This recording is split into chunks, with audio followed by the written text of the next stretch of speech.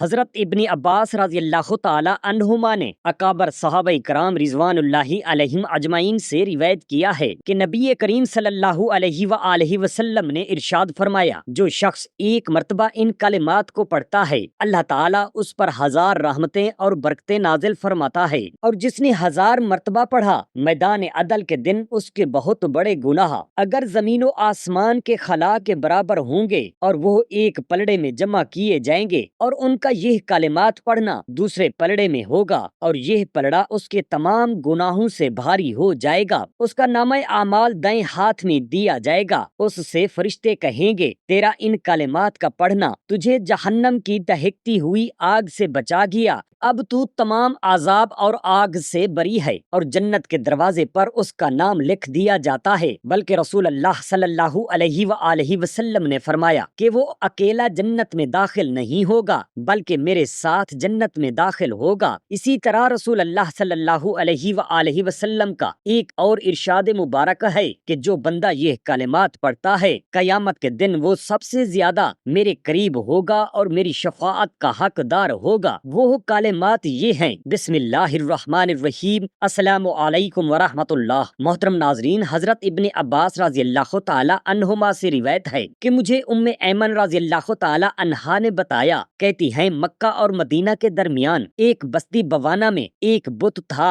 قریش اس کے پاس حاضر ہوتے، اس کی تعظیم کرتے، اس کے پیروں میں بھینٹ چڑھایا کرتے، اس کے پاس سر منڈواتے اور پورا دن اعتکاف کیا کرتے تھے۔ یہ ان کا سالانہ دن ہوتا تھا۔ ابو طالب بھی اپنی قوم سمیت وہاں جایا کرتا اور نبی کریم صلی اللہ علیہ وآلہ وسلم کو بھی چلنے کے لیے کہا کرتا، مگر آپ صلی اللہ علیہ وآلہ وسلم انکار فرما دیا کرتے تھے۔ ایک مرتبہ میں نے دیکھا کہ ابو طالب آپ صلی اللہ علیہ وآلہ وسلم پر سخت ناراض ہوا اور کہنے لگا، تم نے ہمارے خداؤں کے خلاف جو روش اپنا رکھی ہے مجھے یہ خطرناک محسوس ہونے لگی ہے۔ آپ صلی اللہ علیہ وآلہ وسلم کی پھوپھیاں بھی اس دن آپ پر سخت ناراض تھیں، کہنے لگی، اے محمد صلی اللہ علیہ وآلہ وسلم، قوم کی عید میں تمہارے شامل ہونے سے ایک فرد کا اضافہ ہو جائے گا تو اس میں حرج ہی کیا ہے؟ چنانچہ وہ آپ صلی اللہ علیہ وآلہ وسلم کو مجبور کر کے لے گئے، مگر آپ صلی اللہ علیہ وآلہ وسلم وہاں سے غائب ہو گئے جب تک کے لیے اللہ تعالیٰ نے چاہا۔ پھر واپس تشریف لائے تو گھبرائے ہوئے تھے۔ پھوپھیوں نے پوچھا، کیوں گھبرائے ہوئے ہو؟ فرمانے لگے، مجھے ڈر ہے کہ مجھے کوئی اثر ہو جائے گا۔ کہنے لگیں، اللہ تعالیٰ تمہیں شیطان کے فتنہ سے محفوظ رکھے گا، تم میں تو ہر بھلائی موجود ہے، تو تم نے کیا دیکھا ہے؟ فرمایا، میں نے جب بھی بت کے قریب ہونا چاہا ایک دراز قامت سفید رنگ آدمی میرے سامنے آیا اور چیخ چیخ کر کہتا ہے،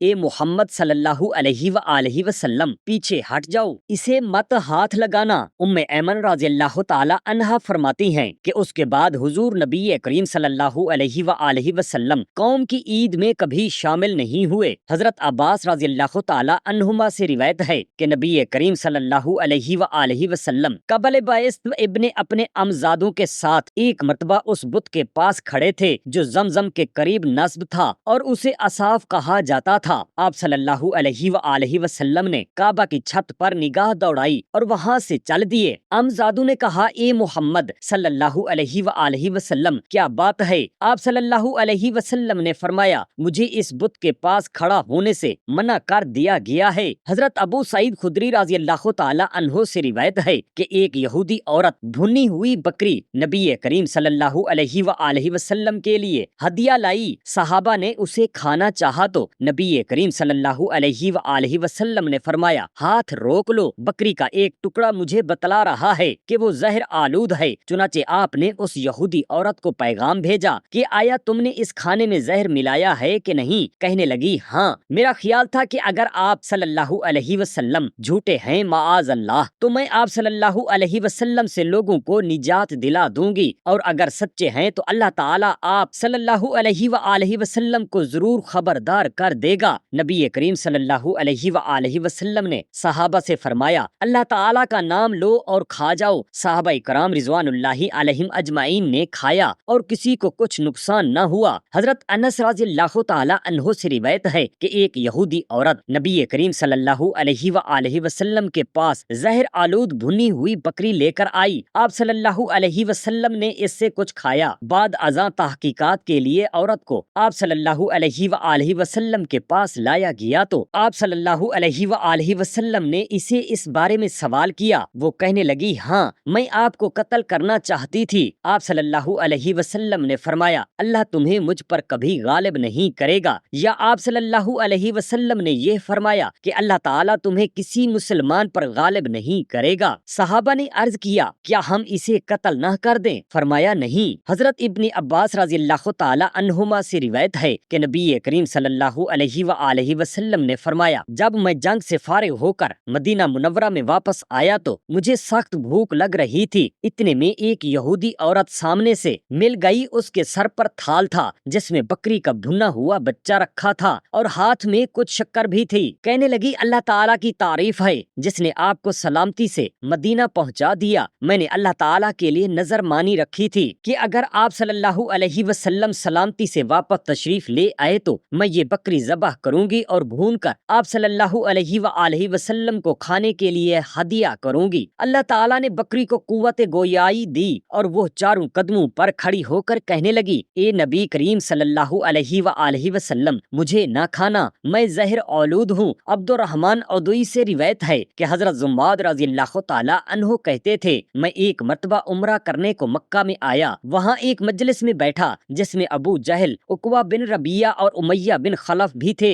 ابو جہل نے کہا اس شخص نبی کریم صلی اللہ علیہ وآلہ وسلم نے ہماری وحدت پارا پارا کر دی ہے، ہمارے خیالات کو پراگندہ، ہمارے مردوں کو گمراہ اور ہمارے مردوں کو گمراہ اور ہمارے خداؤں کو باطل قرار دیا ہے۔ امیہ نے جواب دیا یہ شخص یقیناً مجنون ہے۔ زماد رضی اللہ تعالی عنہ کہتے ہیں میرے دل میں ان کی باتیں بیٹھ گئیں اور میں نے تہیہ کر لیا کہ اس شخص کا علاج کروں گا۔ میں یہاں سے اٹھ کر نبی کریم صلی اللہ علیہ وآلہ وسلم کی تلاش میں نکل پڑا، مگر اس دن آپ صلی اللہ علیہ وآلہ وسلم نہ ملے۔ اگلے دن میں نے آپ صلی اللہ علیہ وسلم کو مقام ابراہیم کے سامنے نماز پڑھتے پا لیا۔ میں بیٹھ گیا۔ جب آپ صلی اللہ علیہ وآلہ وسلم فارغ ہوئے تو میں آپ صلی اللہ علیہ وسلم کے پاس بیٹھتے ہوئے بولا اے فرزند عبد المطلب میری طرف توجہ کریں۔ آپ صلی اللہ علیہ وآلہ وسلم نے فرمایا تم کیا چاہتے ہو؟ میں نے کہا میں ریح کا علاج کرتا ہوں، اگر آپ صلی اللہ علیہ وآلہ وسلم چاہیں تو میں آپ کا علاج کر سکتا ہوں، یہ کوئی بڑی بیماری نہیں ہے۔ میں نے آپ صلی اللہ علیہ وآلہ وسلم سے پہلے کئی مریضوں کو صحت یاب کیا ہے۔ میں نے آپ صلی اللہ علیہ وسلم کی قوم کی گفتگو سنی ہے، ان کا کہنا ہے کہ آپ صلی اللہ علیہ وسلم انہیں جاہل قرار دینے، ان کے اتحاد کو پارا پارا کرنے اور ان کے مردوں کو گمراہ اور خداؤں کو باطل قرار دینے کے مرتکب ہوئے ہیں۔ میں نے سوچا ایسی باتیں وہی کر سکتا ہے جسے کچھ جنون ہوں۔ نبی کریم صلی اللہ علیہ وآلہ وسلم نے گفتگو کا آغاز یوں کیا سب تعریفیں اللہ تعالیٰ کے لیے ہیں، میں اس کی ثنا کہتا ہوں اور اس سے مدد چاہتا ہوں، اس پر ایمان لاتا اور اس پر توکل کرتا ہوں۔ جسے اللہ تعالیٰ ہدایت دے اسے کوئی گمراہ نہیں کر سکتا اور جسے وہ گمراہی دے اس کا کوئی ہادی نہیں، اور میں گواہی دیتا ہوں کہ خدا یکتا کے سوا کوئی معبود برحق نہیں، اور گواہی دیتا ہوں کہ محمد صلی اللہ علیہ وسلم اس کے بندے اور رسول ہیں۔ زماد رضی اللہ تعالی عنہ کہتے ہیں میں نے اس سے حسین اور بہتر کلام کبھی نہ سنا تھا۔ میں یہ کلام مبارک دوبارہ سننے کا تقاضا کیا، آپ نے دوبارہ سنا دیا۔ میں نے کہا آپ صلی اللہ علیہ وسلم کی دعوت کیا ہے؟ فرمانے لگے میری دعوت یہ ہے کہ صرف ایک خدا تعالیٰ کی عبادت کرو، بتوں کی محبت کا جو رواج ہے اسے گلے سے اتار پھینکو اور میری رسالت پر ایمان لاؤ۔ میں نے کہا ایسا کرنے سے مجھے کیا ملے گا؟ آپ صلی اللہ علیہ وآلہ وسلم نے فرمایا تمہارے لیے جنت ہوگی۔ میں نے کہا اشہد ان لا الہ الا اللہ وحدہ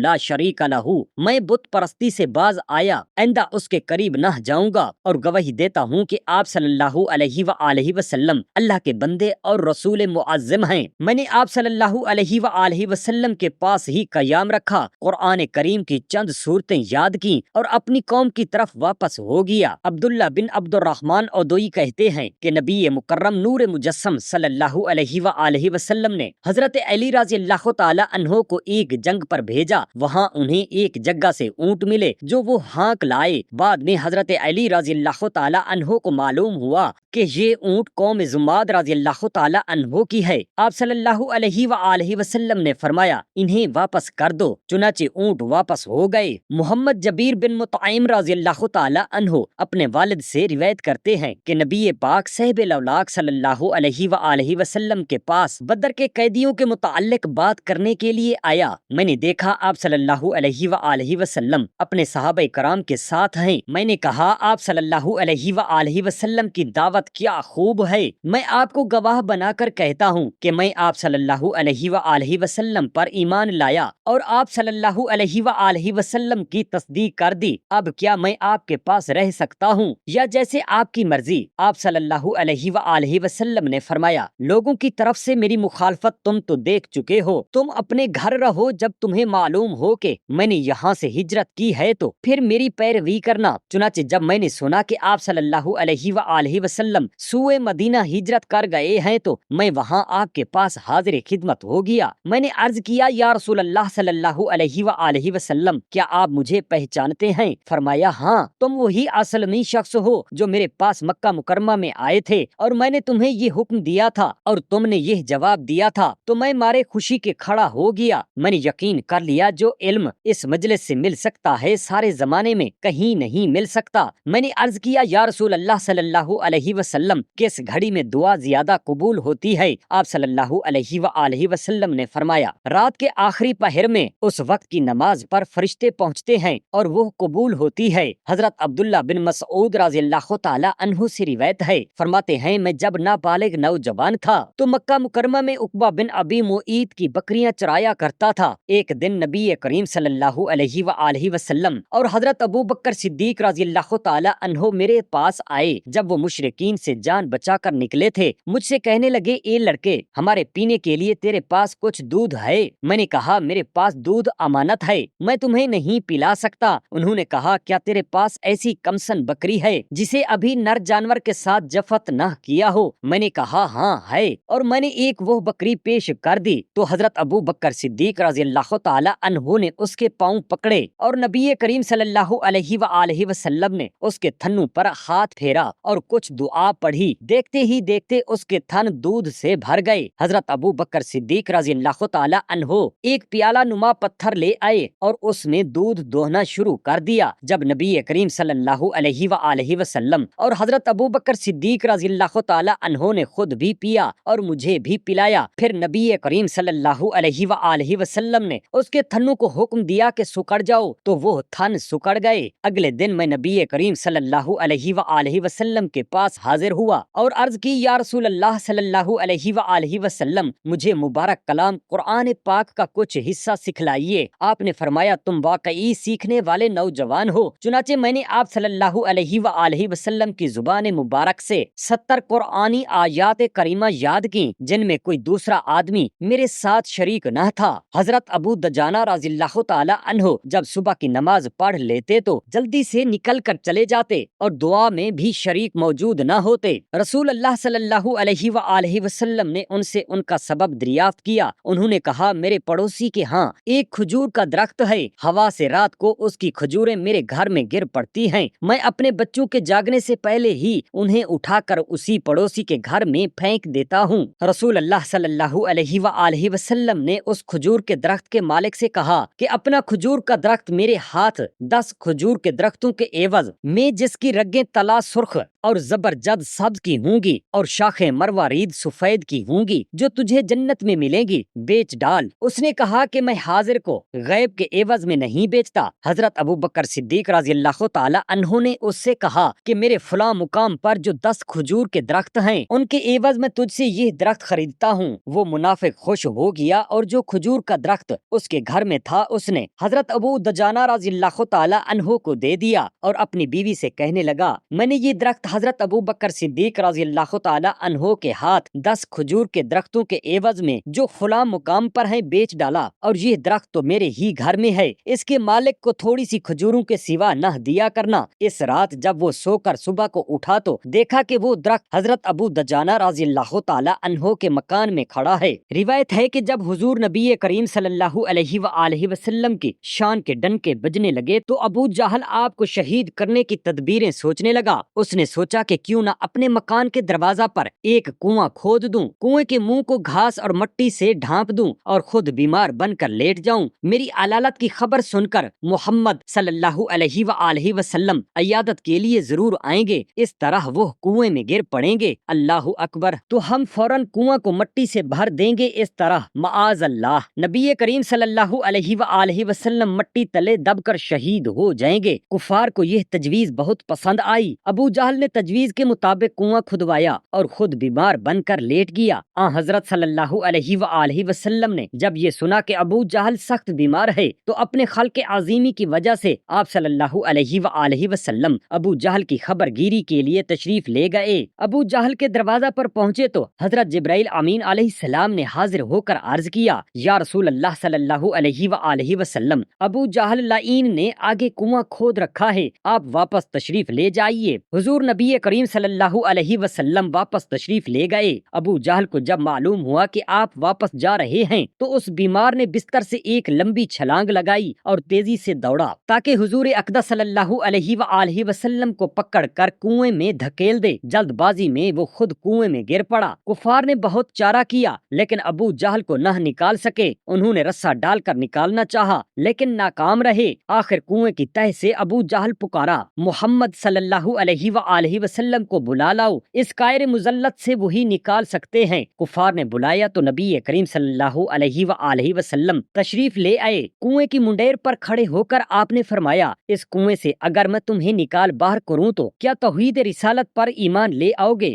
ضرور ضرور، کیوں نہیں، ابو جہل کنویں کی تہ سے پکارا۔ حضور نبی اکرم صلی اللہ علیہ وآلہ وسلم نے آگے بڑھ کر ہاتھ بڑھایا تو حضور اقدس صلی اللہ علیہ وآلہ وسلم کا دست مبارک کنویں کی تہ تک ابو جہل تک جا پہنچا۔ اسے پکڑ کر آپ نے کنویں سے باہر لا ڈالا۔ باہر آ کر ابو جہل بولا، آپ سے بڑا جادوگر میں نے آج تک نہیں دیکھا، معاذ اللہ۔ حضرت ابن عباس رضی اللہ تعالی عنہما نے اکابر صحابہ کرام رضوان اللہ علیہم اجمعین سے روایت کیا ہے کہ نبی کریم صلی اللہ علیہ وآلہ وسلم نے فرمایا، جو شخص مجھ پر ایک مرتبہ اللہم صلی علی محمد النبی الامی وعلی آلہ وسلم تسلیما درود پاک پڑھے، اللہ تعالیٰ اس پر 1000 رحمتیں اور برکتیں نازل فرماتا ہے، اور جس نے 1000 مرتبہ پڑھا میدان عدل کے دن اس کے گناہ زمین اور آسمان کے خلا کے برابر ہوں، ایک پلڑے میں ہوں گے، اور ان کا مجھ پر یہ درود بھیجنا دوسرے پلڑے میں ہوگا، اور یہ پلڑا بھاری ہو جائے گا، اس کا نامہ اعمال دائیں ہاتھ میں دیا جائے گا، اور جنت کے دروازے پر اس کا نام لکھ دیا جاتا ہے۔ بلکہ رسول اللہ صلی اللہ علیہ وآلہ وسلم نے فرمایا کہ وہ اکیلا جنت میں داخل نہیں ہوگا بلکہ میرے ساتھ جنت میں جائے گا۔ اسی طرح رسول اللہ صلی اللہ علیہ وآلہ وسلم کا ایک اور ارشاد مبارک ہے کہ جو بندہ مجھ پر جتنا زیادہ درود پڑھتا ہوگا قیامت کے دن وہ اتنا ہی میرے قریب ہوگا اور میری شفاعت کا حقدار ہوگا۔ اللہ تعالی